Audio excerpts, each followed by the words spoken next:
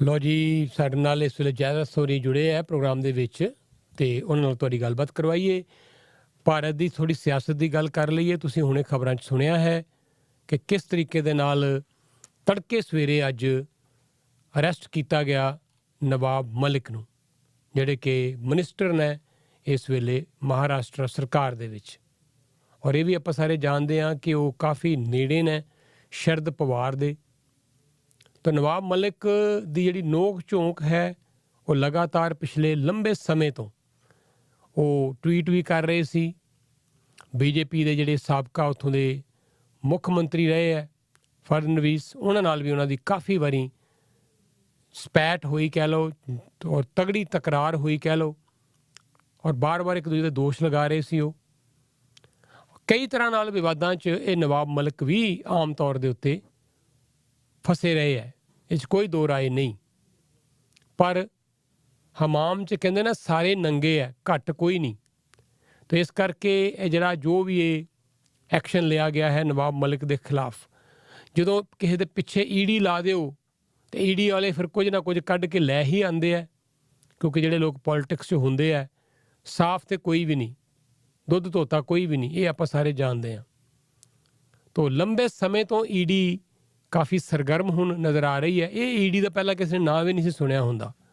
Enforcement directorate, ਇਹ ਮਹਿਕਮਾ ਬਹੁਤੇ ਲੋਕਾਂ ਨੂੰ ਪਤਾ ਨਹੀਂ ਸੀ, ਪਰ ਹੁਣ ਜਿਸ ਪਾਸੇ ਦੇਖੋ ਈਡੀ ਦੇ ਛਾਪੇ, ਈਡੀ ਦੀ ਚਰਚਾ ਹੈ। ਅੱਜ ਮੈਂ ਇੱਕ ਵੀਡੀਓ ਦੇਖ ਰਿਹਾ ਸੀ, ਮਿਸਟਰ ਬੈਂਸ ਸਾਬਕਾ ਡੀਐਸਪੀ ਪੰਜਾਬ ਪੁਲਿਸ ਦੇ, ਉਹਨਾਂ ਨੇ ਜੋ ਗੱਲਾਂ ਕੀਤੀਆਂ, ਰੌਂਗਟੇ ਖੜੇ ਕਰਨ ਵਾਲੀਆਂ ਗੱਲਾਂ ਕੀਤੀਆਂ, ਉਹ ਮੈਨੂੰ ਕਿਸੇ ਨੇ ਵੀਡੀਓ ਭੇਜੀ ਹੈ। ਉਹਨਾਂ ਨੇ ਸਪੋਕਸਮੈਨ ਇੱਕ ਜਿਹੜਾ ਅਦਾਰਾ ਹੈ ਉਹਨਾਂ ਨੂੰ ਇੰਟਰਵਿਊ ਦਿੱਤੀ ਹੈ, ਕਮਾਲ ਦੀ ਇੰਟਰਵਿਊ ਦਿੱਤੀ ਉਹਨਾਂ ਨੇ। ਅਤੇ ਅਸੀਂ ਉਹਨਾਂ ਨਾਲ ਵੀ ਗੱਲਬਾਤ ਤੁਹਾਡੀ ਕਰਾਵਾਂਗੇ ਕਿ ਕਿਸ ਤਰੀਕੇ ਦੇ ਨਾਲ ਸਭ ਲੋਕ ਹਮਾਮ 'ਚ ਨੰਗੇ ਆ ਉੱਥੇ, ਤਾਂ ਹੀ ਤਾਂ ਇਸ ਹੱਦ ਤੱਕ ਗਿਰਾਵਟ ਆ ਗਈ ਹੈ ਉੱਥੋਂ ਦੀ ਰਾਜਨੀਤੀ 'ਚ। ਰਾਜਨੀਤੀ ਦੀ ਗਿਰਾਵਟ ਲੋਕਾਂ ਦੀ ਲਾਈਫ 'ਚ ਨਜ਼ਰ ਆ ਰਹੀ ਹੈ, ਅਤੇ ਤਾਂ ਹੀ ਲੋਕ ਦੌੜ ਕੇ ਉੱਥੋਂ ਛੱਡ ਕੇ ਮੁਲਕ ਨੂੰ, ਔਰ ਕੋਈ ਆਮ ਲੋਕ ਨਹੀਂ, ਕੋਈ ਵਿਦਿਆਰਥੀ ਨਹੀਂ, ਬੜੇ ਵੱਡੇ ਐਸਟੈਬਲਿਸ਼ਡ ਬਿਜ਼ਨਸਮੈਨ ਜਿਨ੍ਹਾਂ ਨੂੰ ਮੈਂ ਵੀ ਜਾਣਦਾ, ਉਹ ਵੀ ਇੱਥੇ ਰੁੱਖ ਕਰ ਰਹੇ ਆ, ਕੈਨੇਡਾ ਆਉਣਾ ਚਾਹੁੰਦੇ ਆ। ਸੋ ਹੋ ਕੀ ਰਿਹਾ ਇਹਦੇ ਬਾਰੇ ਕਹਿਣ ਦੀ ਕੋਈ ਬਹੁਤੀ ਲੋੜ ਨਹੀਂ। ਤਾਂ ਜਦ ਤੱਕ ਇਹ ਜਿਹੜਾ ਗੰਦ ਹੈ ਉੱਪਰ ਬਲਕਿ ਵੱਧ ਰਿਹਾ ਹੈ, ਘੱਟ ਨਹੀਂ ਰਿਹਾ ਬਲਕਿ ਵੱਧ ਰਿਹਾ। ਤਾਂ ਗੱਲਬਾਤ ਕਰਦੇ ਜਾ ਰਿਹਾ ਤੁਹਾਡੇ ਨਾਲ। ਜੈਰਾ ਜੀ, ਸਵਾਗਤ ਕਰਦੇ ਹਾਂ। ਰਜਿੰਦਰ ਜੀ, ਬਹੁਤ ਬਹੁਤ ਸ਼ੁਕਰੀਆ। ਤੁਸੀਂ ਇਹ ਨਿਊਜ਼ ਦੇ ਰਹੇ ਸੀ, ਨਿਊਜ਼ ਤਾਂ ਕਾਫੀ ਦੇਰ ਤੋਂ ਆ ਰਹੀ ਸੀ ਜੀ, ਤੁਹਾਨੂੰ ਪਤਾ ਹੋਣਾ। ਕੁਝ 10 ਦਿਨ ਹੋਇਆ, ਬੜਾ ਸੀਨੀਅਰ ਸੈਂਟਰ ਦੇ ਮਿਨਿਸਟਰ ਸੀਗੇ, ਉਹ ਸ਼ਿਵ ਸੈਨਾ ਨੂੰ ਮਿਲੇ ਆ ਜੀ, ਔਰ ਉਹਨਾਂ ਨੇ ਕੀ ਪ੍ਰਪੋਜ਼ਲ ਰੱਖੀ ਹੈ ਉਹਦੇ ਠਾਕਰੇ ਦੇ ਕੋਲ, ਮੈਨੂੰ ਨਹੀਂ ਪਤਾ, ਤੁਹਾਨੂੰ ਨਹੀਂ ਪਤਾ, ਕੋਈ ਨਹੀਂ ਜਾਣਦਾ। ਤੇ ਉਹਦੇ ਬਾਅਦ ਇੱਕ ਹਫ਼ਤੇ ਦੇ ਬਾਅਦ 10 ਦਿਨ ਬਾਅਦ ਇਹ ਨਵਾਬ ਮਲਿਕ ਹੈ, ਇਹਨਾਂ ਨੂੰ ਅਰੈਸਟ ਕੀਤਾ ਜਾਂਦਾ ਹੈ। ਜਿਹੜੇ ਪਹਿਲੇ ਚੀਫ ਮਿਨਿਸਟਰ ਸੀ ਫਾਰਮਰ ਤੇ ਨਵਾਬ ਮਲਿਕ ਆਪਸ 'ਚ ਬਹੁਤ ਅੱਛੇ ਤਲਕਾਕ ਔਰ ਇਹ ਅੱਛੇ ਦੋਸਤ ਰਹੇ ਆ, ਔਰ ਬਿਜ਼ਨਸ 'ਚ ਵੀ ਰਹੇ ਆ। ਤੁਹਾਨੂੰ ਪਤਾ ਹੈ ਦੋਨੇ ਹੀ ਪ੍ਰਮੋਦ ਮਹਾਜਨ ਦੇ ਸ਼ਾਗਿਰਦ ਨੇ। ਅੱਛਾ, ਪ੍ਰਮੋਦ ਮਹਾਜਨ ਔਰ ਮੁੰਡੇ, ਉਹ ਦੋਨਾਂ ਦੀ ਡੈਥ ਹੋ ਚੁੱਕੀ ਹੈ, ਔਰ ਦੋਨੇ ਹੀ ਇਹ ਦਾਊਦ ਇਬਰਾਹਿਮ ਦੇ ਨਜ਼ਦੀਕੀ ਸੀ। ਕਿ ਨਵਾਬ ਮਲਿਕ ਨੇ ਜਿਹੜੀ ਜ਼ਮੀਨ ਖਰੀਦੀ ਹੈ ਦਾਊਦ ਇਬਰਾਹਿਮ ਦੇ ਭਰਾ ਕੋਲੋਂ ਖਰੀਦੀ ਹੈ, ਔਰ ਇਹ 'ਚ ਕੋਈ ਦੋ ਰਾਏ ਨਹੀਂ ਹੈ। ਔਰ ਇਹ ਕੇਸ ਸਾਡਾ ਕੋਈ ਕਿਹਾ ਨਹੀਂ ਜਾ ਸਕਦਾ, ਪਰ ਤੁਸੀਂ ਨਹੀਂ ਕਰ ਸਕਦੇ, ਪਰ ਮੈਂ ਕਹਿ ਸਕਦਾ ਕਿਉਂਕਿ ਤੁਸੀਂ ਮੀਡੀਆ 'ਚ ਹੋ। ਇਹ ਸਾਰੇ ਇੱਕੋ ਹੀ ਥੈਲੀ ਦੇ ਚਿੱਟੇ ਬੱਟੇ ਆ, ਔਰ ਇੱਕ ਦੂਸਰੇ ਨੂੰ ਅੱਛਾ ਜਾਣਦੇ ਆ, ਸਿਰਫ ਸੱਤਾ ਦੀ ਕਰਕੇ ਕੁਝ ਵੀ ਕਰ ਸਕਦੇ ਆ।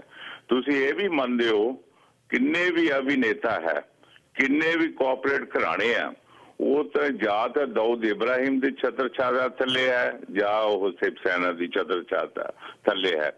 ਤੁਹਾਨੂੰ ਯਾਦ ਹੋਏਗਾ ਕਿ ਅਗਰ ਸੈਂਟਰ ਦੇ ਕੋਲ ਕੋਈ ਇੰਨੀ ਪਾਵਰ ਨਹੀਂ ਹੈ ਕਿ ਸ਼ਿਵ ਸੈਨਾ ਦੇ ਸੀਨੀਅਰ ਕਿਸੇ ਵੀ ਨੇਤਾ ਨੂੰ ਪਕੜ ਸਕਣ, ਕਿਉਂਕਿ ਹਜੇ ਵੀ ਇਹਨਾਂ ਦੇ ਰੂਟ ਇੰਨੇ ਲੰਬੇ ਚੌੜੇ ਆ ਕਿ ਕਹਿਣਾ ਕੋਈ ਨਹੀਂ। ਹੁਣ ਪਿਛਲੇ ਹਫ਼ਤੇ ਮੋਦੀ ਸਾਹਿਬ ਦਾ ਆਪਣਾ ਇੱਕ ਬੜਾ ਵੱਡਾ ਸਕੈਂਡਲ ਆਇਆ ਸਾਹਮਣੇ, ਉਹਨੂੰ ਤਾਂ ਮੀਡੀਆ ਐਡਾ ਕਰ ਨਹੀਂ ਸਕਦਾ ਕਿ ਕੋਲੇ ਦਾ ਜਿਹੜਾ ਉਹ ਘੁਟਾਲਾ ਹੈ 6000 ਕਰੋੜ ਰੁਪਏ ਤੋਂ ਉੱਪਰ ਦਾ ਹੈ। ਤੁਹਾਨੂੰ ਪਤਾ ਹੈ ਨਾ ਇਹ ਚੀਜ਼ ਦਾ? ਸੁਣੀਏ ਜੀ ਗੱਲ। ਮੈਂ ਪ੍ਰਮੋਦ ਮਹਾਜਨ ਇਸ ਕਰਕੇ ਮਸ਼ਹੂਰ ਸੀ, ਉਹ ਬੀਜੇਪੀ ਵਾਸਤੇ ਪੈਸੇ ਇਕੱਠੇ ਕਰਦਾ ਸੀ ਜੀ। ਪੈਸੇ ਇਕੱਠੇ ਕਰਕੇ ਤੇ ਰਾਜਸਥਾਨ ਦੇ ਵਿੱਚ ਉਹ ਜਮ੍ਹਾਂ ਹੁੰਦੇ ਸੀ ਉਹਨਾਂ ਦੇ। ਤੇ ਬੀਜੇਪੀ ਕਿੱਥੋਂ ਦੁੱਧ ਧੋਤੀ ਹੈਗੀ ਆ, ਔਰ ਇਹ ਲੰਬਾ ਚੌੜਾ ਕਿੱਸਾ ਹੈਗਾ, ਇਹਦੇ ਚੋਂ ਨਿਕਲਣਾ ਲਕਾਣਾ ਕੁਛ ਨਹੀਂ ਹੈ। ਨਵਾਬ ਮਲਿਕ ਵੀ ਕੋਈ ਮਾਮੂਲੀ ਛੋਟਾ ਮੋਟਾ ਬੰਦਾ ਨਹੀਂ ਹੈ, ਔਰ ਉਸਦੇ ਵੀ ਕਾਫੀ ਰੂਟਸ ਹੈਗੇ ਆ। ਪਰ ਇਹ ਹੈ ਕਿ ਸਿਰਫ ਪ੍ਰੈਸ਼ਰ ਹੈ ਸਿੱਖ ਸੈਨਾ ਦੇ ਉੱਤੇ ਕਿ ਕਿਸੇ ਤਰੀਕੇ ਨਾਲ ਇਹਨਾਂ ਦੀ ਸਰਕਾਰ ਤੋੜ ਕੇ ਤੇ ਬੀਜੇਪੀ ਆਪਣੀ ਸਰਕਾਰ ਬਣਾ ਸਕੇ ਜੀ। ਔਰ ਇਸ ਤੋਂ ਪਹਿਲਾਂ ਅਨਿਲ ਦੇਸ਼ਮੁਖ ਜਿਹੜਾ ਉਹ ਆਲਰੇਡੀ ਉਹਨੂੰ ਜੇਲ੍ਹ 'ਚ ਪਾਇਆ ਜਾ ਚੁੱਕਾ ਹੈ, ਉਹ ਵੀ ਇਹਨਾਂ ਦਾ ਹੀ ਬੰਦਾ ਸੀ, ਸ਼ਰਦ ਪਵਾਰ ਦਾ ਹੀ। तो एक तो बाद एक हाँ एक तो बाद एक हमले ਜਿਹੜੇ ਸ਼ਰਦ ਪਵਾਰ ਤੇ ਹੋ ਰਹੇ ਆ। ਪਰ ਜਿਸ ਤਰ੍ਹਾਂ ਉਹੀ ਗੱਲ ਹੈ ਕਿ ਹਮਾਮ 'ਚ ਸਾਰੇ ਨੰਗੇ ਆ, ਔਰ ਮੁੰਬਈ ਦੇ ਵਿੱਚ ਗੁੰਡਾਗਰਦੀ ਚਾਹੇ ਦਾਊਦ ਦੀ ਹੋਵੇ, ਚਾਹੇ ਸ਼ਿਵ ਸੈਨਾ ਦੀ ਹੋਵੇ, ਤੇ ਚਾਹੇ ਫਿਰ ਬੀਜੇਪੀ ਦੀ ਹੋਵੇ, ਘੱਟ ਉੱਥੇ ਕੋਈ ਨਹੀਂ। ਤੇ ਚਾਹੇ ਫਿਰ ਸ਼ਰਦ ਪਵਾਰ ਦੇ ਵੀ ਬੰਦੇ ਹੋਣ, ਐਂਡ ਆਫ ਦਾ ਡੇ ਤੇ ਉੱਥੇ ਪੈਸਾ ਹੀ ਇੰਨਾ ਇਨਵੋਲਵ ਹੈ, ਇੰਨਾ ਹੀ ਜ਼ਿਆਦਾ, ਕਿਉਂਕਿ ਆਪਾਂ ਕਹਿੰਦੇ ਆ ਨਾ ਵੀ ਉਹ ਹੱਬ ਹੈ, ਕੈਪੀਟਲ ਹੈ, ਉਹ ਇਕੋਨਮੀ ਦਾ ਇੰਜਨ ਹੈ ਭਾਰਤ ਦਾ। तो जिन्ना पैसा मुंबई ਦੇ ਵਿੱਚ ਹੈ ਉਹ ਕਿਤੇ ਨਹੀਂ ਹੋਰ ਕਿਸੇ ਸ਼ਹਿਰ 'ਚ ਨਹੀਂ ਹੈ। ਤੇ ਇਸ ਕਰਕੇ ਮੇਰੇ ਖਿਆਲ ਹੈ ਮੁੰਬਈ ਤੇ ਜਿਹਦਾ ਕਬਜ਼ਾ ਹੈ। ਇੱਕ ਗੱਲ ਹੋਰ ਮੈਂ ਐਡ ਕਰਦਾ, ਸੌਰੀ ਟੂ ਇੰਟਰਪਟ ਯੂ ਜੀ। ਅਗਰ ਬੀਜੇਪੀ 'ਚ ਹਿੰਮਤ ਹੈ ਸ਼ਰਦ ਪਵਾਰ ਨੂੰ ਹੱਥ ਪਾ ਕੇ ਦੇਖਣ ਜੀ, ਕਦੀ ਨਹੀਂ ਹੱਥ ਪਾ ਸਕਦੇ ਜੀ। ਉਹਦੇ ਰੂਟ ਐਡੇ ਲੰਬੇ ਨੇ। ਸ਼ਰਦ ਪਵਾਰ ਨੂੰ ਤੁਸੀਂ ਤੋਤਾ ਕਹਿੰਦੇ ਹੋ, ਤੁਹਾਨੂੰ ਸ਼ਾਇਦ ਯਾਦ ਹੋਏਗਾ ਇੰਦਰਾ ਗਾਂਧੀ ਦੇ ਟਾਈਮ ਦੇ ਉੱਤੇ ਇਹਦੇ ਤੇ ਕਈ ਕੇਸ ਬਣੇ ਸੀ ਕਰਪਸ਼ਨ ਦੇ, ਯਾਦ ਹੈ? ਤਾਂ 81, 82 ਦੇ 83 ਦੇ ਵਿੱਚ। ਹਾਂਜੀ ਹਾਂਜੀ। ਔਰ ਇਸ ਤੇ ਕਿਤੇ ਤਲਕਾ ਹੈ ਸਿਰਫ ਦਾਊਦ ਇਬਰਾਹਿਮ ਦੇ ਨਾਲ ਨਹੀਂ ਹੈ, ਛੋਟਾ ਸ਼ਕੀਲ ਔਰ ਇੱਕ ਹੋਰ ਸੀ, ਉਹਦੀ ਵੀ ਡੈਥ ਹੋ ਗਈ ਹੈ, ਮੈਨੂੰ ਉਹਦਾ ਨਾਮ ਭੁੱਲ ਗਿਆ। ਉਹ ਵੀ ਇਹ ਅੰਡਰਵਰਲਡ ਸੀਗਾ, ਕਿਹਦਾ ਦਾਊਦ ਇਬਰਾਹਿਮ ਉਹਦਾ ਚੇਲਾ, ਉੱਥੋਂ ਹੀ ਸਿੱਖਿਆ ਉਹਦੇ ਕੋਲੋਂ। ਉਹਦਾ ਕੀ ਨਾਂ ਸੀਗਾ ਮੈਨੂੰ ਨਹੀਂ ਆ, ਕਿਉਂਕਿ ਰਾਈਡ ਵੇ ਕਿਸੇ ਤਰ੍ਹਾਂ ਦਾ ਨਾਂ ਨਹੀਂ ਯਾਦ ਆਉਂਦਾ। ਇਸ ਕਰਕੇ ਜਿਹੜਾ ਬੰਬੇ ਆ ਉਹ ਮਾਫੀਆ ਦਾ ਕੈਪੀਟਲ ਹੈ ਇੰਡੀਆ ਦੀ, ਤੇ ਬਹੁਤ ਮੁਸ਼ਕਲ ਹੈਗਾ ਹੱਥ ਉਹ ਪਾਉਣਾ। ਛੋਟੇ ਮੋਟੇ ਬੰਦੇ ਨੂੰ ਤੁਸੀਂ ਹੱਥ ਪਾ ਸਕਦੇ ਹੋ।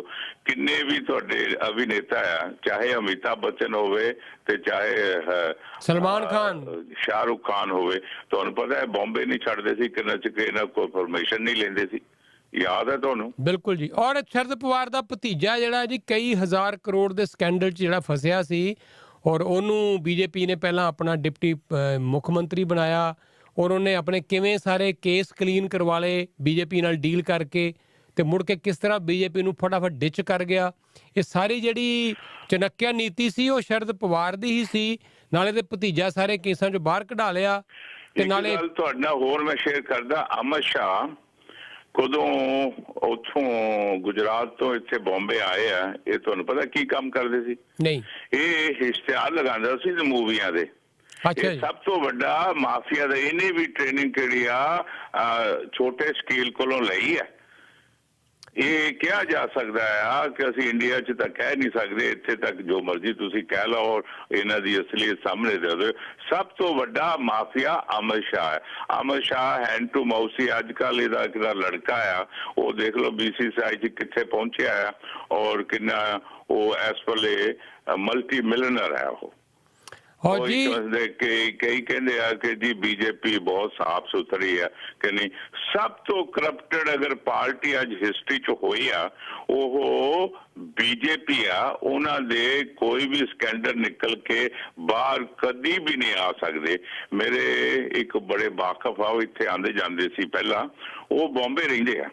ਉਹ ਬੜੀ, ਮੈਂ ਤੁਹਾਨੂੰ ਅੱਗੇ ਵੀ ਸ਼ੇਅਰ ਕੀਤੀ ਸੀ, ਇੱਕ ਬਹੁਤ ਵੱਡੀ ਐਸੋਸੀਏਸ਼ਨ ਦੇ ਉਹ ਪ੍ਰੈਜ਼ੀਡੈਂਟ ਵੀ ਰਹੇ ਆ, ਕ੍ਰਿਮੀਨਲ ਲਾਅਰ ਵੀ ਰਹੇ ਆ, ਰਾਜ ਸਭਾ ਦੇ ਮੈਂਬਰ ਵੀ। 92 ਈਅਰ ਓਲਡ ਹੈ ਹੁਣ। ਮੈਂ ਉਹਨਾਂ ਨੂੰ ਬਹੁਤ ਨਹੀਂ ਕਰਦਾ, ਉਹਨਾਂ ਦੇ ਕੋਲੋਂ ਸਾਰੀਆਂ ਸਟੋਰੀਆਂ ਸੁਣ ਲਓ। ਉਹਨਾਂ ਕੋਲ ਇਹਨਾਂ ਦੀਆਂ ਲੋਕਾਂ ਦੀਆਂ ਫਾਈਲਾਂ ਉਹਨਾਂ ਦੇ ਆਫਿਸ 'ਚ ਭਰੀਆਂ ਪਈਆਂ। ਚਲੋ ਜੀ, ਬਹੁਤ ਸ਼ੁਕਰੀਆ ਤੁਹਾਡਾ। ਔਰ ਅਮਿਤ ਸ਼ਾਹ ਗੁਜਰਾਤ ਦੰਗਿਆਂ ਦੇ ਵਿੱਚ ਦੋਸ਼ੀ ਸਾਬਤ ਜਿਹੜਾ ਬੰਦਾ ਹੋ ਗਿਆ, ਜੇਲ੍ਹ ਵੀ ਜਾ ਆਇਆ, ਹੁਣ ਉਹੀ ਬੰਦਾ ਮੁਲਕ ਦਾ ਹੋਮ ਮਿਨਿਸਟਰ ਹੈ। ਔਰ ਸਾਰੀ CBI ਤੋਂ ਲੈ ਕੇ ਸਾਰੀ ਪੁਲਿਸ ਉਹਦੇ ਥੱਲੇ ਆ ਹੁਣ। ਪਰ ਇੱਕ ਮੈਂ ਇੱਥੇ ਖਤਮ ਕਰਾਂਗਾ, ਹੋਰ ਤੁਹਾਡਾ ਬਹੁਤ ਬਿਜ਼ੀ ਪ੍ਰੋਗਰਾਮ ਹੈ, ਕਿ ਆਉਣ ਵਾਲੇ ਟਾਈਮ ਦੇ ਉੱਤੇ ਤੁਸੀਂ ਇਹ ਦੇਖੋਗੇ ਕਿ ਹੁਣ ਮੋਦੀ ਸਾਹਿਬ ਦੀ ਕਿਹੜੇ ਨਾ ਪਪੂਲੈਰਿਟੀ ਹੈ ਉਹ ਥੋੜੀ ਥੋੜੀ ਡਿਕਲਾਈਨ ਦੇ ਉੱਤੇ ਹੈ। ਕੋਆਪਰੇਟ ਘਰਾੜੇ ਇਹਨਾਂ ਤੋਂ ਥੋੜਾ ਥੋੜਾ ਆਪਣਾ ਡਿਫਰੈਂਸ ਕਿਹੜਾ ਉਹ ਰੱਖ ਰਹੇ ਨੇ, ਔਰ ਆਉਣ ਵਾਲੇ ਟਾਈਮ ਤੇ ਮੇਰੇ ਖਿਆਲ ਨਹੀਂ ਹੈ 24 ਤੱਕ ਮੋਦੀ ਸਾਹਿਬ ਖੁਦ ਪਾਵਰ 'ਚ ਰਹਿਣਗੇ। ਉਹਨਾਂ ਨੂੰ ਰਿਪਲੇਸ ਕਰਨ ਵਾਸਤੇ ਇੱਕ ਹੋਰ ਕੈਂਡੀਡੇਟ ਹੈ, ਉਹਦੀ ਮੈਂ ਦਾਦ ਦਿੰਦਾ। ਉਸ ਬੰਦੇ ਨੇ ਹਰੇਕ ਦੇ ਨਾਲ ਬਣਾ ਕੇ ਰੱਖੀ ਆ, ਕੋਈ ਉਹਦੇ ਤੇ ਉਂਗਲ ਨਹੀਂ ਚੱਕਦਾ, ਔਰ ਸਭ ਤੋਂ ਕਰਪਟਡ ਵੀ ਉਹੀ ਹੈ। ਉਹਦਾ ਨਾਮ ਹੈ ਨਿਤਨ ਗਡਕਰੀ। ਹਾਂ, ਉਹ ਕਾਂਗਰਸ ਨਾਲ ਵੀ ਸ਼ੇਅਰ ਕਰਦਾ, ਐਨਸੀਪੀ ਨਾਲ ਵੀ, ਸ਼ਿਵ ਸੈਨਾ ਵੀ, ਬੀਜੇਪੀ ਨਾਲ ਵੀ। ਤੇ ਇਸ ਕਰਕੇ ਇੰਡੀਆ ਦੀ ਪੋਲਿਟਿਕਸ ਰਜਿੰਦਰ ਜੀ ਇੰਨੀ ਚੇਂਜ ਹੋ ਚੁੱਕੀ ਆ ਕਿ ਅੱਜ ਕੱਲ ਬਿਜ਼ਨਸ ਹੈਗਾ ਉਹ ਇਹ ਨਹੀਂ ਹੈ ਕਿ ਦੇਸ਼ ਸੇਵਾ ਖਤਮ ਹੋ ਚੁੱਕੀ ਹੈ। Thank you sir, thank you so much. ਔਰ ਲਓ ਜੀ, ਦੇਸ਼ ਸੇਵਾ ਦੀ ਗੱਲ ਚੱਲੀ ਹੈ ਤੇ ਰਾਜਸਥਾਨ ਦੇ ਵਿੱਚ 200 MLA ਨੇ ਔਰ ਉਹਨਾਂ ਨੂੰ ਮਿਲਿਆ ਹੈ ਤੋਹਫੇ ਵਜੋਂ iPhone 13। ਜੀ ਹਾਂ, ਆਮ ਆਦਮੀ iPhone 13 ਜਿਹੜਾ ਉਹ ਲੈਣ ਨੂੰ ਦੇ ਬੱਚੇ ਤਰਸਦੇ ਆ, ਉੱਥੇ ਲੋਕ ਤਰਸਦੇ ਆ, ਪਰ ਜਿੰਨੇ MLA ਨੇ ਉੱਥੇ ਸਾਰੇ MLA ਨੂੰ ਰਾਜਸਥਾਨ ਦਿਆਂ ਨੂੰ ਤੋਹਫਾ ਮਿਲਿਆ ਹੈ iPhone 13 ਦਾ, ਔਰ 1.5 ਕਰੋੜ ਰੁਪਇਆ ਇਹ ਜਿਹੜਾ ਗਿਫਟ ਦਿੱਤਾ ਗਿਆ ਨਾ MLA ਨੂੰ ਉਹ 'ਤੇ ਆਇਆ ਹੈ ਖਰਚ। ਤਾਂ ਆਮ ਬੰਦੇ ਨੂੰ ਰੋਟੀ ਮਿਲੇ ਨਾ ਮਿਲੇ ਖਾਣ ਨੂੰ, ਇਹਨਾਂ ਕਰੋੜਪਤੀ ਜਿਹੜੇ ਇਹ MLA ਨੇ ਜਦੋਂ ਇਹ ਡਿਸਕਲੋਜ਼ ਕਰਦੇ, ਤੁਸੀਂ ਦੇਖ ਹੀ ਲਿਆ ਨਾ ਕਿ ਕਿਸ ਤਰ੍ਹਾਂ ਕੈਪਟਨ ਸਾਹਿਬ ਦੀ ਜਿਹੜੀ ਕਾਗਜ਼ਾਂ ਦੇ ਵਿੱਚ 20-22-25 ਕਰੋੜ ਦੀ ਸੰਪਤੀ ਵਧੀ। ਔਰ ਜੇ ਗੱਲ ਕਰੀਏ ਸੁਖਬੀਰ ਬਾਦਲ ਦੀ ਤੇ 100 ਕਰੋੜ ਵਧੀ। ਇਹ ਕਾਗਜ਼ਾਂ ਦੀ ਮੈਂ ਗੱਲ ਦੱਸ ਰਿਹਾ ਤੁਹਾਨੂੰ ਕਿ ਕਿਸ ਤਰੀਕੇ ਨਾਲ। ਹੋਰ ਤੇ ਹੋਰ ਸਾਡੇ ਬੜੇ ਹੀ ਇਮਾਨਦਾਰ ਮੰਨੇ ਜਾਂਦੇ ਮਨਪ੍ਰੀਤ ਬਾਦਲ ਸਾਹਿਬ ਵੀ ਘੱਟ ਨਹੀਂ, ਉਹਨਾਂ ਦੇ ਵੀ ਮੈਂ ਕਿਹਾ ਕੋਈ 30-35 ਕਰੋੜ ਦੀ ਜਾਇਦਾਦ ਵਧੀ ਹੈ ਪਿਛਲੇ 5 ਸਾਲਾਂ 'ਚ। ਤੇ ਜਦੋਂ ਡਿਸਕਲੋਜ਼ ਕਰਦੇ ਆ ਉਦੋਂ ਪਤਾ ਲੱਗਦਾ ਹੈ ਇਲੈਕਸ਼ਨ ਵੇਲੇ ਵੀ ਕਿੰਨੇ ਕੁ ਗਰੀਬ ਨੇ, ਕਿਉਂਕਿ ਉਦੋਂ ਇਹਨਾਂ ਨੂੰ ਦੱਸਣਾ ਪੈਂਦਾ ਹੈ ਕਿ ਲੀਗਲ ਸਾਡੇ ਕੋਲ ਸੰਪਤੀ ਕਿੰਨੀ ਕੁ ਹੈ। ਔਰ ਉਹਨਾਂ ਬੰਦਿਆਂ ਨੂੰ ਮਿਲ ਰਿਹਾ ਜੀ ਗਿਫਟ iPhone 13। 200 ਦੇ 200 MLA ਨੂੰ ਰਾਜਸਥਾਨ 'ਚ ਜੁੜੇ ਹੋਏ ਤੁਸੀਂ ਰੇਡੀਓ ਪ੍ਰੋਗਰਾਮ ਪ੍ਰਵਾਸੀ ਦੇ ਨਾਲ।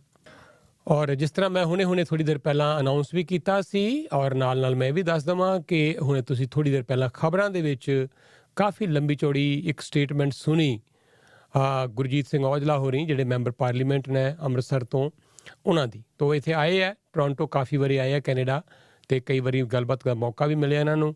ਤਾਂ ਬੜੇ ਇੱਕ ਆਪਣੇ ਸਾਫ ਸੁਥਰੇ ਵਿਚਾਰਾਂ ਕਰਕੇ ਜਿੱਥੇ ਇਹ ਜਾਣੇ ਜਾਂਦੇ ਹੈ, ਪਰ ਜਿਹੜੀ ਅੱਜ ਇਹਨਾਂ ਨੇ ਇਹ ਗੱਲ ਉਠਾਈ ਹੈ ਉਹ ਆਪਣੇ ਆਪ 'ਚ ਬੇਸ਼ੱਕ ਹੈਰਾਨ ਕਰਨ ਵਾਲੀ ਤਾਂ ਨਹੀਂ ਹੈ, ਪਰ ਮੈਂ ਇਹ ਗੱਲ ਜ਼ਰੂਰ ਕਹਾਂਗਾ ਕਿ ਦਲੇਰੀ ਵਾਲੀ ਗੱਲ ਜ਼ਰੂਰ ਹੈ। ਤੋ ਅਸੀਂ ਦੇਖਿਆ ਨਸ਼ਿਆਂ ਦੀ ਗੱਲ ਤੇ ਆਮ ਆਦਮੀ ਪਾਰਟੀ ਨੇ ਵੀ ਬੜੀ ਕੀਤੀ। ਉਸ ਵੇਲੇ ਅਰਵਿੰਦ ਕੇਜਰੀਵਾਲ ਨੇ, ਉਹਨਾਂ ਨੇ ਪਿਛਲੇ ਇਲੈਕਸ਼ਨ 'ਚ ਮੁੱਦਾ ਹੀ ਨਸ਼ਿਆਂ ਦਾ ਬਣਾਇਆ ਸੀ ਔਰ ਕਿਹਾ ਸੀ ਕਿ ਅਸੀਂ ਮਜੀਠੀਆ ਨੂੰ, ਨਸ਼ਿਆਂ ਦੇ ਵਪਾਰੀਆਂ ਨੂੰ ਜੇਲ੍ਹ 'ਚ ਡੱਕਾਂਗੇ। ਉਹ ਗੱਲ ਵੱਖਰੀ ਹੈ। ਅਫਸੋਸ ਦੀ ਵੀ ਗੱਲ ਹੈ ਕਿ ਅਰਵਿੰਦ ਕੇਜਰੀਵਾਲ ਵਰਗੇ ਲੋਕ ਵੀ ਮਾਫੀਆ ਮੰਗ ਕੇ ਖਹਿੜਾ ਛੁਡਾ ਕੇ ਪਾਸੇ ਹੋ ਗਏ। ਐਤਕੀ ਓਨੀ ਗੱਲ ਨਸ਼ਿਆਂ ਦੀ ਅਸੀਂ ਦੇਖੀ ਨਹੀਂ ਇਲੈਕਸ਼ਨ ਦੀ ਕੰਪੇਨ ਦੇ ਵਿੱਚ, ਪਰ ਅੱਜ ਇਹਨਾਂ ਨੇ ਜਿਹੜੇ ਇਹ ਗੱਲ ਕਹੀ ਹੈ ਉਹ ਵਾਕਈ ਹੀ ਹੈਰਾਨ ਕਰ ਦੇਣ ਵਾਲੀ ਹੈ ਕਿ ਕੋਈ ਪੋਲੀਟੀਸ਼ੀਅਨ ਇਸ ਤਰੀਕੇ ਦੇ ਨਾਲ ਖੁੱਲ੍ਹ ਕੇ ਬੇਵਾਕੀ ਦੇ ਨਾਲ ਗੱਲ ਕਰੇ, ਦਲੇਰੀ ਦੇ ਨਾਲ ਗੱਲ ਕਰੇ, ਔਰ ਇਹ ਗੱਲ ਕਵੇ ਕਿ ਜੇ ਸਾਡੀ ਵੀ ਸਰਕਾਰ ਬਣੇਗੀ ਤੇ ਇਹ ਧਰਨੇ ਉਸ ਦੇ ਵੀ ਖਿਲਾਫ ਲੱਗਣਗੇ, ਐਕਸਪੋਜ਼ ਅਸੀਂ ਉਹਨਾਂ ਨੂੰ ਵੀ ਕਰਾਂਗੇ। ਤਾਂ ਐਸੀ ਕੀ ਨੌਬਤ ਆ ਗਈ ਹੈ ਕਿ ਇਹਨਾਂ ਨੂੰ ਅੱਜ DGP ਨੂੰ ਐਜ਼ ਏ ਮੈਂਬਰ ਪਾਰਲੀਮੈਂਟ ਹੋ ਕੇ ਚਿੱਠੀ ਲਿਖਣੀ ਪਈ ਹੈ, ਔਰ ਇਹ ਹੁਣ ਜਨ ਤੱਕ ਉਹ ਚਿੱਠੀ ਹੋ ਚੁੱਕੀ ਹੈ। ਥੋੜ੍ਹੀ ਜਿਹੀ ਉਹਨਾਂ ਨਾਲ ਅਸੀਂ ਗੱਲਬਾਤ ਕਰਦੇ ਹਾਂ। ਔਜਲਾ ਸਾਹਿਬ ਸਵਾਗਤ ਕਰਦੇ ਹਾਂ, ਸਤਿ ਸ਼੍ਰੀ ਅਕਾਲ। ਸਤਿ ਸ਼੍ਰੀ ਅਕਾਲ ਜੀ, ਸ਼ੁਕਰੀਆ ਸਿੰਘ ਸਾਹਿਬ।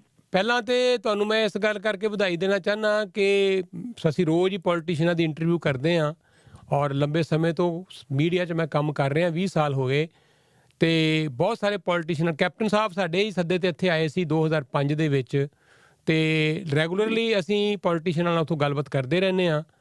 ਇਹ ਗੱਲ ਬੜੀ ਚੱਲਦੀ ਹੈ, ਨਸ਼ੇ ਹੈ, ਚਿੱਟਾ ਹੈ, ਔਰ ਲੀਡਰ ਇਨਵੋਲਵ ਨੇ, ਪੁਲਿਸ ਦੀ ਮਿਲੀ ਭੁਗਤ ਹੈ। ਪਰ ਅਫਸੋਸ ਇਹ ਹੈ ਕਿ ਸਹੁੰ ਖਾ ਕੇ ਵੀ ਕੈਪਟਨ ਸਾਹਿਬ ਵੀ ਗੁਟਕੇ ਦੀ ਸਹੁੰ ਖਾ ਕੇ ਨਸ਼ੇ ਨਹੀਂ ਬੰਦ ਕਰ ਸਕੇ। ਬੜਾ ਪ੍ਰੈਸ਼ਰ ਰਿਹਾ ਉਹਨਾਂ ਦੇ 4.5 ਸਾਲ ਕਿ ਤੁਸੀਂ ਸਹੁੰਆਂ ਖਾਧੀਆਂ, ਗੁਰੂ ਗੁਟਕੇ ਦੀਆਂ ਸਹੁੰਆਂ ਖਾਧੀਆਂ, ਗੁਰੂ ਗ੍ਰੰਥ ਸਾਹਿਬ ਦੇ ਅੱਗੇ ਤੁਸੀਂ ਇੱਕ ਤਰ੍ਹਾਂ ਨਤਮਸਤਕ ਹੋ ਕੇ ਸਹੁੰਆਂ ਖਾਧੀਆਂ, ਕੁਛ ਕਰੋ ਕੁਛ ਕਰੋ ਕੁਛ ਕਰੋ। ਟਾਸਕ ਫੋਰਸਾਂ ਵੀ ਬਣੀਆਂ, ਲੱਭ ਕੁਛ ਨਹੀਂ ਰਿਹਾ, ਨਿਕਲ ਕੁਝ ਨਹੀਂ ਰਿਹਾ ਵਿੱਚੋਂ। ਪਰ ਤੁਸੀਂ ਅੱਜ ਫਿਰ ਜਿਸ ਤਰ੍ਹਾਂ ਮੁੱਦਾ ਉਠਾਇਆ ਹੈ, ਇਹ ਬਹੁਤ ਵੱਡਾ ਮੁੱਦਾ ਬਣ ਗਿਆ। ਬਿਲਕੁਲ ਜੀ, ਦੇਖੋ ਪਹਿਲਾਂ ਤਾਂ ਮੈਂ ਦੱਸਣਾ ਚਾਹੁੰਦਾ ਕਿ ਇਹ ਮੁੱਦਾ ਕਾਫੀ ਦੇਰ ਦਾ ਹੀ ਲੰਬਾ ਮੁੱਦਾ ਆ, ਔਰ ਮੈਂ ਇਹਨੂੰ ਬੜਾ ਜੜ ਤੋਂ ਜਾਣਦਾ ਵੀ ਕੀ ਮੁਸ਼ਕਲ ਹੈ ਤੇ ਕਿੱਥੇ ਕਿੱਥੇ ਮੁਸ਼ਕਲ ਹੈ, ਕਿਉਂਕਿ ਜੁੜੇ ਆ ਜ਼ਮੀਨ ਦੇ ਨਾਲ। ਔਰ ਜੇ ਪਿੱਛੇ ਬੱਚੇ ਮਰਨ ਵੀ ਲੱਗੇ ਸੀ ਡਰੱਗ ਕਰਕੇ, ਤੇ ਮੈਂ ਬਹੁਤ ਵੱਡੀ ਇੱਕ ਕੰਪੇਨ ਵੀ ਚਲਾਈ ਸੀ, ਬੱਚਿਆਂ ਨੂੰ ਲਿਜਾ ਕੇ ਹਸਪੀਟਲ ਇਲਾਜ ਕਰਾਇਆ, ਬਚਾਏ ਜਿੰਨੇ ਬਚ ਸਕਦੇ ਸੀ। ਜਿਹੜੀ ਤੁਸੀਂ ਕੈਪਟਨ ਸਾਹਿਬ ਵਾਲੀ ਗੱਲ ਕੀਤੀ ਨਾ, ਉਹਦੇ 'ਚ ਦੇਖੋ ਪਹਿਲਾਂ ਜਿਹੜੀ ਸ਼ੁਰੂ 'ਚ ਇੱਛਾ ਸ਼ਕਤੀ ਕੋਈ ਕੈਪਟਨ ਸਾਹਿਬ ਦੀ ਮਾੜੀ ਨਹੀਂ ਸੀ। ਉਹਨਾਂ ਨੇ ਜਿਹੜਾ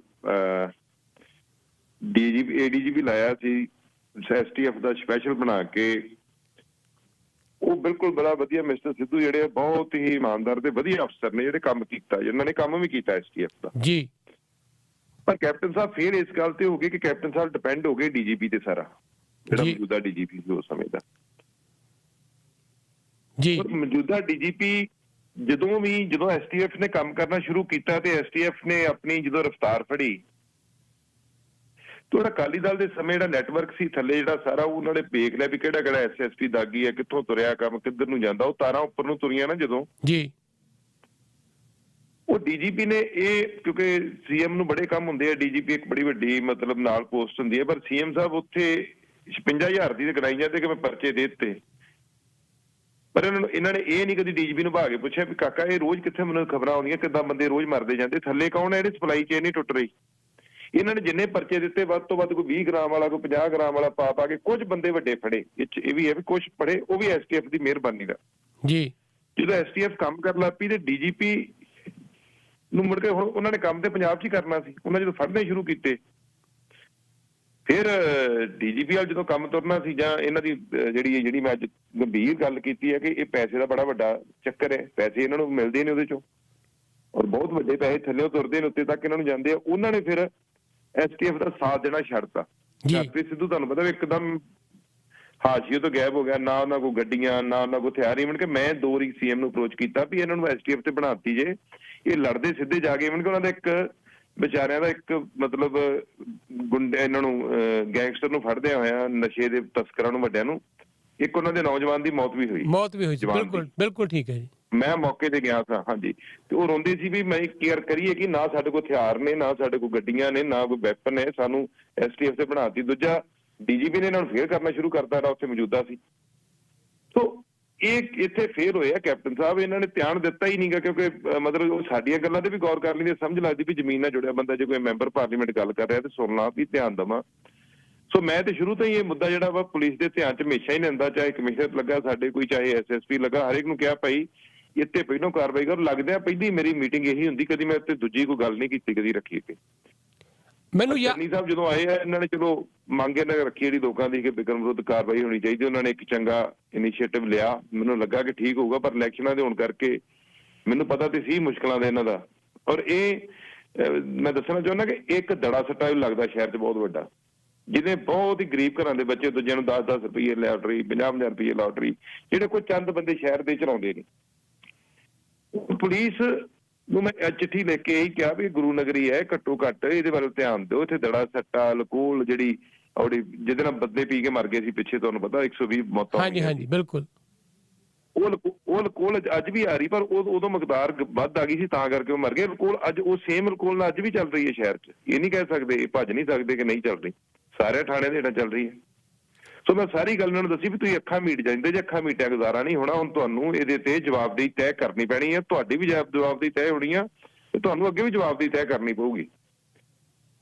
ਅੱਛਾ, ਸਾਡੇ ਕੋਲ ਇੱਥੇ ਆਏ ਸੀ ਜੀ, ਸਾਡੇ ਕੋਲ ਇੱਥੇ ਬਹੁਤ ਸਾਲ ਪਹਿਲਾਂ ਕਿਰਨ ਬੇਦੀ ਆਏ ਸੀ, ਮੈਨੂੰ ਹੁਣ ਯਾਦ ਨਹੀਂ, 2006-07 ਦੀ ਗੱਲ ਹੋਏਗੀ। ਉਦੋਂ ਜਦੋਂ ਜਾਣ ਲੱਗੇ ਤੇ ਉਦੋਂ ਰਿਟਾਇਰ ਹੋ ਚੁੱਕੇ ਸੀ ਉਹ, ਆਪਣੀ ਉਹਨਾਂ ਨੇ ਵਲੰਟੀਅਰ ਰਿਟਾਇਰਮੈਂਟ ਲੈ ਲਈ ਹੋਈ ਸੀ। ਸਾਡੇ ਪ੍ਰਵਾਸੀ ਅਵਾਰਡ ਦੇ ਮੁੱਖ ਮਹਿਮਾਨ ਸੀ ਤਾਂ ਕੈਪਟਨ ਸਾਹਿਬ 2005 'ਚ ਸੀ, ਉਸ ਤਰ੍ਹਾਂ ਕਿਰਨ ਬੇਦੀ ਸਾਡੇ ਅਗਲੇ ਮਹਿਮਾਨ ਸੀ। ਤਾਂ ਮੈਨੂੰ ਜਾਣ ਲੱਗਿਆ ਕਹਿਣ ਲੱਗੇ ਕਿ ਮੈਨੂੰ ਤਾਂ ਕੋਈ ਲੋੜ ਨਹੀਂ ਹੈ, ਪਰ ਮੇਰੇ ਹਸਬੈਂਡ ਬ੍ਰਿਜ ਬੇਦੀ ਇੱਕ ਸਕੂਲ ਚਲਾਉਂਦੇ ਹੈ, ਤੇ ਸੈਣੀ ਸਾਹਿਬ ਜੇ ਤੁਸੀਂ ਉਹਨਾਂ ਦੀ ਮਦਦ ਕਰੋ ਤਾਂ ਬੜੀ ਚੰਗੀ ਗੱਲ ਹੋਏਗੀ, ਉਹਨਾਂ ਨੂੰ ਲੋੜ ਹੈ ਤੁਹਾਡੇ ਇੱਥੋਂ ਦੀ ਹੈਲਪ ਦੀ।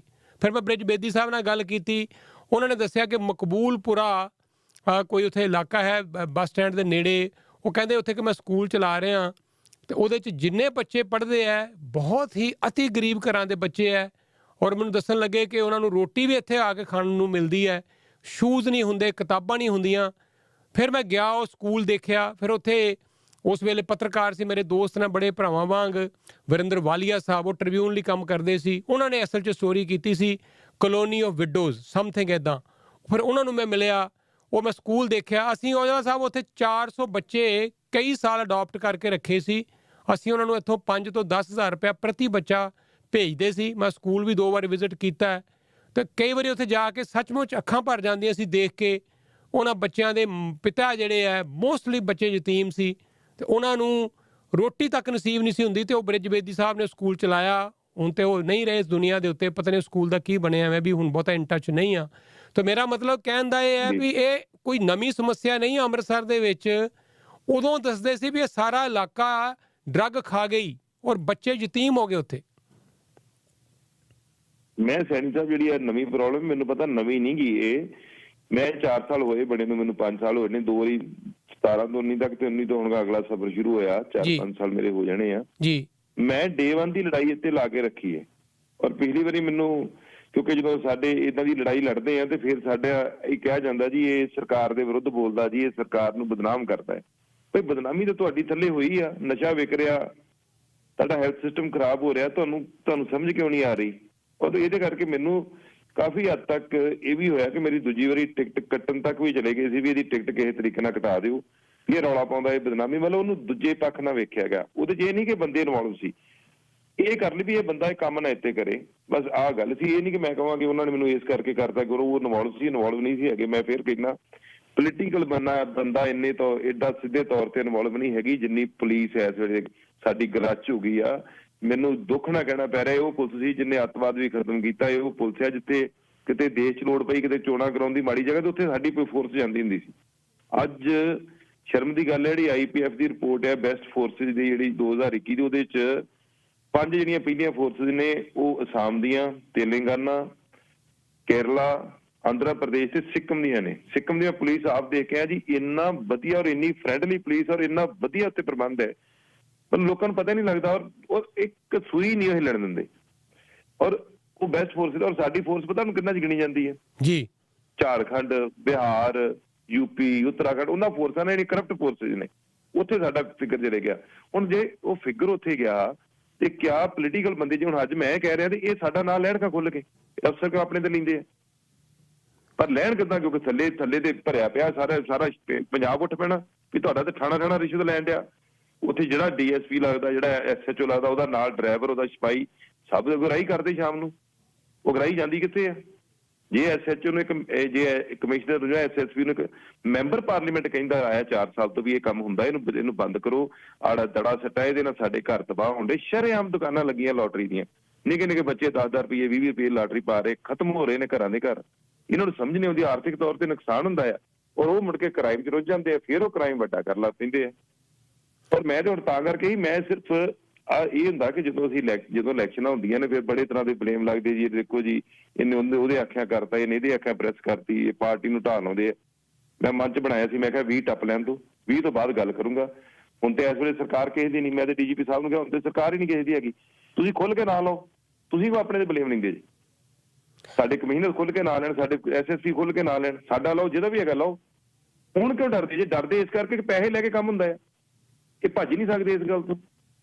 ਇਹ ਬਦਨਾਮੀ ਕਰਦੇ ਹਰ ਵਾਰੀ, ਲੀਡਰਾਂ ਦੇ ਗਿਲ ਤੇ ਪਾ ਦਿੰਦੇ ਜੀ, ਉਹਨੇ ਮੈਨੂੰ ਲਵਾਤਾ ਜੀ, ਉਹਨੇ ਲਾਤਾ। ਤੁਸੀਂ ਕਰੋ ਬਦਨਾਮ, ਤੁਸੀਂ ਕਿਉਂ? ਤੁਸੀਂ ਅਫਸਰ ਤੇ ਰਹਿਣਾ ਹੀ ਆ, ਤੁਹਾਨੂੰ ਤਾਂ ਕੁਝ ਨਹੀਂ ਹੋਣਾ। ਪੋਲੀਟੀਕਲ ਬੰਦਾ ਤੇ 5 ਸਾਲ ਬਾਅਦ ਬਦਲਿਆ ਜਾਊਗਾ। ਤੁਸੀਂ ਖੁੱਲ ਕੇ ਨਾ ਲਾਓ ਨਾ, ਤੁਹਾਨੂੰ ਕੀ ਦਿੱਕਤ ਹੈ ਇਸ ਗੱਲ ਦੀ? ਸੋ ਇਹ ਅੱਜ ਮੁੱਦਾ ਮੈਂ ਇਹਨਾਂ ਨੂੰ ਦੱਸਿਆ। ਮੈਂ ਕਿਹਾ ਤੁਹਾਨੂੰ ਹੁਣ ਅੱਖਾਂ ਬੰਦ ਨਹੀਂ ਕਰਨੀਆਂ, ਮੈਂ ਤੁਹਾਨੂੰ ਦੜਾ ਸੱਟਾ ਅਲਕੋਹਲ ਤੇ ਇਹ ਜਿਹੜਾ ਇਹ ਬੰਦ, ਇਹ ਤੁਹਾਨੂੰ ਬੰਦ ਕਰਨਾ ਪੈਣਾ। ਨਹੀਂ ਤੇ ਜਿੱਦਾਂ ਮੈਂ ਜੰਤਰ ਮੰਤਰ ਤੇ 1 ਸਾਲ ਧਰਨਾ ਲਾਇਆ ਨਾ, ਇਹ ਮੈਂ ਤੁਹਾਨੂੰ ਸਾਲਾਂ ਬਾਅਦ ਹੀ ਤੁਹਾਡੇ ਬੂਹਿਆਂ ਅੱਗੇ ਬਾਹ ਦੇਣਾ, ਬਹਿ ਜਾਣਾ। ਮੈਂ ਇਹ ਮਤ ਸੋਚਣ ਕਿ ਇਹ ਐਤਕੀ ਕੋਈ ਸਪੇਅਰ ਕਰੂੰਗਾ, ਸਰਕਾਰ ਮੇਰੀ ਆ ਗਈ, ਕੋਈ ਆ ਗਈ। ਮੈਂ ਸਰਕਾਰ ਬਣਦਾ ਹੀ ਪਹਿਲਾ ਐਲਾਨ ਆਪਣੀ ਸਰਕਾਰ ਦੀ ਸਾਡੀ ਆਈ, ਮੈਂ ਉਹਨੂੰ ਵੀ ਇਹ ਐਲਾਨ ਕਰ ਦੇਣਾ ਵੀ ਤੁਹਾਨੂੰ ਅੰਮ੍ਰਿਤਸਰ, ਕਿਉਂਕਿ ਮੈਂ ਉੱਥੋਂ ਮੈਂਬਰ ਪਾਰਲੀਮੈਂਟ, ਹੁਣ ਸਾਰੇ ਪੰਜਾਬ ਦੀ ਵੱਡੇ ਦੀ ਜ਼ਿੰਮੇਵਾਰੀ ਮੈਂ ਨਹੀਂ ਲਊਂਗਾ, ਪਰ ਮੈਂ ਬਾਕੀਆਂ ਨੂੰ ਕਹੂੰਗਾ ਕਿ ਉਹ ਸਾਰੀ ਜ਼ਿੰਮੇਵਾਰੀ ਆਪੋ ਆਪਣੇ ਜਿਹੜੇ ਮੈਂਬਰ ਪਾਰਲੀਮੈਂਟ ਨੇ, ਜਿਹੜੇ ਚੰਗੇ ਲੀਡਰ ਆਪਣੇ ਇਲਾਕਿਆਂ ਦੀ ਜ਼ਿੰਮੇਵਾਰੀਆਂ ਲੈਣ ਔਰ ਉੱਥੇ ਇਹਨੂੰ ਇਨਸ਼ੋਰ ਕਰਨ ਇਹ ਨਹੀਂ ਹੋਣ ਦੇਣਾ ਤੇ ਨਹੀਂ ਹੋਣ ਦੇਣਾ, ਭਾਵੇਂ ਸਰਕਾਰ ਸਾਡੀ ਬਣੇ ਭਾਵੇਂ ਕੋਈ ਬਣੇ। ਇੱਥੇ ਇਹਦੀ ਜੰਗ ਜਿਹੜੀ ਹੈ, ਮੈਂ ਮੌਕਾ ਹੀ ਵੇਖਣਾ ਕਿ ਮੈਨੂੰ ਇੱਕ ਮੌਕਾ ਮਿਲ ਜੇ, ਔਰ ਇਹ ਹੁਣ ਮੌਕਾ ਮਿਲ ਗਿਆ ਹੈ। ਇਹਦੀ ਲੜਾਈ ਲੜੀ ਜਾਏਗੀ ਜੀ ਸੜਕਾਂ ਦੇ ਉੱਤੇ ਪੂਰੀ, ਜਿੱਦਾਂ ਅੱਗੇ ਲੜੇ ਆ, ਜਿੱਦਾਂ ਕਿਸਾਨੀ ਬਿੱਲ ਵਾਪਸ ਕਰਾਏ ਆ। ਜੇ ਕਿਸਾਨੀ ਬਿੱਲ ਵਾਪਸ ਕਰਾ ਸਕਦੇ ਤਾਂ ਇਹ ਕਿਉਂ ਨਹੀਂ ਖਤਮ ਕਰ ਸਕਦੇ ਪੰਜਾਬ ਤੋਂ? ਇਹ ਵੀ ਕਰਾਂਗੇ। ਔਜਲਾ ਸਾਹਿਬ, MP ਤੇ ਬੜੇ ਆਏ ਆ, ਆਉਣਗੇ, ਆਉਂਦੇ ਰਹਿਣਗੇ। MP ਆਏ ਔਰ ਗਏ, ਹਾਸ਼ੀਏ ਤੋਂ ਨਾਮ ਮੁੱਖ ਉਹਨਾਂ ਦਾ ਮਿਟ ਵੀ ਜਾਂਦਾ ਹੈ। ਪਰ ਜੋ ਤੁਸੀਂ ਜੇ ਕੰਮ ਇਹ ਕਰ ਗਏ, ਅਗਰ ਅੰਮ੍ਰਿਤਸਰ ਨੂੰ ਤੁਸੀਂ ਨਸ਼ਾ ਮੁਕਤ ਕਰਾ ਗਏ, ਮੈਂ ਨਹੀਂ ਕਹਿੰਦਾ ਤੁਸੀਂ 100% ਕਰਾ ਜਾਓਗੇ, ਪਰ ਤੁਸੀਂ ਜਿੰਨਾ ਵੀ ਸੁਧਾਰ ਅੰਮ੍ਰਿਤਸਰ 'ਚ ਜੇ ਕਰਾ ਗਏ ਨਾ, ਤੇ ਤੁਸੀਂ ਇੱਕ ਪੰਜਾਬ ਲਈ, ਇੱਕ ਦੁਨੀਆ ਲਈ ਇੱਕ ਮਿਸਾਲ ਬਣ ਸਕਦੇ ਹੋ। ਔਰ ਜੋ ਇਹਦੇ 'ਚ ਕੋਈ ਦੋ ਰਾਏ ਨਹੀਂ ਕਿ ਇਹਦੇ ਉੱਪਰੋਂ ਅਗਰ ਸਰਪ੍ਰਸਤੀ ਨਾ ਹੋਵੇ ਤੇ ਪੁਲਿਸ ਵਾਲੇ ਵੀ ਕੰਮ ਨਹੀਂ ਕਰ ਸਕਦੇ। ਮੈਨੂੰ ਨਹੀਂ ਪਤਾ ਕਿ ਕਿੰਨਾ ਕੁ ਪੈਸਾ ਪੋਲੀਟੀਸ਼ੀਅਨਾਂ ਨੂੰ ਜਾਂਦਾ ਡਰੱਗ ਦਾ ਕਿ ਨਹੀਂ ਜਾਂਦਾ, ਪਰ ਇੱਕ ਗੱਲ ਤੋਂ ਹੀ ਮੰਨੋਗੇ ਕਿ ਉਹਨਾਂ ਦੀ ਸਰਪ੍ਰਸਤੀ ਤੋਂ ਬਿਨਾਂ ਨਹੀਂ ਹੋ ਸਕਦਾ। ਵਿਕਰਮ ਮਜੀਠੀਆ ਦਾ ਬਹੁਤ ਨਾਮ ਆਇਆ, ਬੜੇ ਲੋਕਾਂ ਦੇ ਨਾਮ ਆਏ ਆ, ਅਸੀਂ ਕਿਸੇ ਨੂੰ ਕੋਈ ਪ੍ਰੂਫ ਨਹੀਂ ਹੈ, ਅਸੀਂ ਇਸ ਕਰਕੇ ਕਿਸੇ 'ਤੇ ਸਿੱਧਾ ਦੋਸ਼ ਨਹੀਂ ਲਾ ਸਕਦੇ। ਪਰ ਜਿਹੜੀ ਮਿਲੀ ਭੁਗਤ ਹੈ ਸਮੇਂ ਸਿਰ ਇਹਨਾਂ ਨਸ਼ਾ ਤਸਕਰਾਂ ਨੂੰ, ਅਗਰ ਉੱਪਰੋਂ ਸ਼ਹਿ ਨਾ ਹੋਵੇ ਔਰ ਪੋਲੀਟੀਸ਼ੀਅਨਾਂ ਨੂੰ ਅਗਰ ਇਹ ਡਰ ਹੋਵੇ ਕਿ ਅਸੀਂ ਰਗੜੇ ਜਾਵਾਂਗੇ, ਤੇ ਮੇਰਾ ਖਿਆਲ ਹੈ ਫਿਰ ਉਹ ਵੀ ਦਲੇਰੀ ਨਾ ਕਰਨ। ਤੋਂ ਇਹ ਜਿਹੜਾ ਨੈਕਸਸ ਹੈ ਨਸ਼ਾ ਸਮਗਲਰਾਂ ਦਾ, ਪੁਲਿਸ ਦਾ ਔਰ ਪੋਲੀਟੀਸ਼ੀਅਨਾਂ ਦਾ, ਇਹ ਟੁੱਟਦਾ ਨਜ਼ਰ ਨਹੀਂ ਆ ਰਿਹਾ ਜੀ। ਬਾਈ ਜੀ ਮੈਂ ਫਿਰ ਤੁਹਾਨੂੰ ਗੱਲ ਦੱਸਾਂ, ਦੇਖੋ ਇੱਥੇ ਆ ਕੇ ਨਾ ਥੋੜਾ ਜਿਹਾ ਤੁਹਾਨੂੰ ਮੈਂ ਤੁਹਾਡੇ ਵਿਚਾਰਾਂ ਨਾਲ ਡਿਫਰ ਕਰੂੰਗਾ। ਪੋਲੀਟੀਸ਼ੀਅਨ ਸਿੱਧੇ ਤੌਰ ਤੇ ਇਹਨਾਂ ਨਾਲ ਇਨਵੋਲਵ ਨਹੀਂ, ਸਿਰਫ ਪੋਸਟਿੰਗ ਤੱਕ ਹੈ। ਪਰ ਇਹ ਕੋਈ ਵੀ ਕੰਮ, ਪਹਿਲਾਂ ਇਹ ਡਰੱਗ ਚੋਂ ਪੈਸੇ ਨਹੀਂ ਦਿੰਦੇ, ਕਿਹੜਾ ਕੰਮ ਹੈ ਪੁਲਿਸ ਪੈਸੇ ਬਗੈਰ ਕਰਦੀ? ਮੈਨੂੰ ਸਮਝਾਓ ਜੀ। ਕੁਝ ਚੰਦ ਅਫਸਰਾਂ ਨੂੰ ਛੱਡ ਕੇ ਜਿਨ੍ਹਾਂ ਤੋਂ ਤੁਸੀਂ ਜਸਟਿਸ ਲੈ ਸਕਦੇ ਜੀ, ਜਿਹੜੇ ਦਿੰਦੇ ਵੀ ਨੇ। ਬਾਕੀ ਤਾਂ ਤੁਸੀਂ ਪਿੰਡਾਂ 'ਚ ਲਾ ਲਓ, ਲੜਾਈ ਹੋਵੇ ਸਾਹਮਣੇ 26 ਜਾਲੀ ਬਣਾ ਦਿੰਦੇ, ਮਿੰਟ ਨਹੀਂ ਲਾਉਂਦੇ, ਪੈਸੇ ਦਿਓ ਬਣ ਜਾਂਦੀ ਹੈ। ਇੱਕ ਕੰਮ ਥੋੜਾ ਹੈ ਪੁਲਿਸ ਨੂੰ ਕਿ ਮੈਂ ਕਹਾਂ ਆਹੀ ਕਰਦੇ। ਪੁਲਿਸ ਇਸ ਕਰਕੇ ਜਿਆਦਾ ਹੀ ਸਾਡੇ ਏਜੰਡੇ ਤੇ ਆ ਜਾਂਦੀ ਹੈ, ਕਿਉਂਕਿ ਜਿਹੜੇ ਕਿਸੇ ਨੂੰ ਕੋਈ ਵੀ ਦਿੱਕਤ ਆਉਣੀ ਸਮਾਜ 'ਚ, ਕੋਈ ਨਕਲੀ ਚੀਜ਼ ਮਿਲ ਗਈ, ਕਿਹਦੇ ਕੋਲ ਸ਼ਿਕਾਇਤ ਕਰਨੀ ਹੈ? ਪੁਲਿਸ ਕੋ। ਕਿਤੇ ਝਗੜਾ ਹੋ ਗਿਆ, ਕਿਹਦੇ ਕੋਲ ਸ਼ਿਕਾਇਤ ਕਰਨੀ? ਪੁਲਿਸ ਕੋ। ਕਿਸੇ ਨੇ ਹੋਰ ਡਿਪਾਰਟਮੈਂਟ ਨੇ ਤੰਗ ਕਰਤਾ, ਮੇਰਾ ਕੰਮ ਨਹੀਂ ਕਰ ਰਿਹਾ, ਕਿਹਦੇ ਕੋਲ ਸ਼ਿਕਾਇਤ ਲੱਗ ਜਾਣਾ? ਪੁਲਿਸ ਕੋ। ਤੇ ਪੁਲਿਸ ਨੇ ਕੀ ਕਰਨਾ? ਉਹਨੇ ਦੂਜੇ ਨੂੰ ਸੱਦ ਲੈਣਾ ਵੀ ਲਿਆ ਤੂੰ ਕੀ ਦੱਸਦਾ। ਔਰ ਦੇਖੋ ਜਿਹੜੀ ਮੈਂ ਡਰੱਗਸ ਵਾਲੀ ਗੱਲ ਕਰਦਾ ਨਾ, ਇਹ ਕੋਈ ਲੋਕ ਛਿਪਕੇ ਨਹੀਂ ਵਿਕਦਾ, ਇਹ ਜਾਂ ਤਾਂ ਨਾ ਲੋਕ ਛਿਪਕੇ ਵਿਕਦਾ। ਫਿਰ ਮੈਂ ਵੀ ਕਹਾਂ ਯਾਰ ਹੁਣ ਡਰੱਗ ਤੇ ਅਮਰੀਕਾ ਕੈਨੇਡਾ 'ਚ ਵੀ ਹੈਗਾ, ਪਰ ਪਤਾ ਉਹ ਇਹ ਨਹੀਂ ਹੋ ਸਕਦਾ ਕਿ ਪੁਲਿਸ ਨੂੰ ਪਤਾ ਹੋਵੇ ਤਾਂ ਉਹ ਸ਼ਰੇਆਮ ਘਰਾਂ ਤੋਂ ਲੈਣਾ ਬੰਨ ਕੇ ਲਿਜਾ ਰਹੇ ਹੁਣ ਮੋਟਰਸਾਈਕਲਾਂ ਦੇ। ਇਹ ਨਹੀਂ ਹੋ ਸਕਦਾ, ਇਹ ਇੱਥੇ ਆ।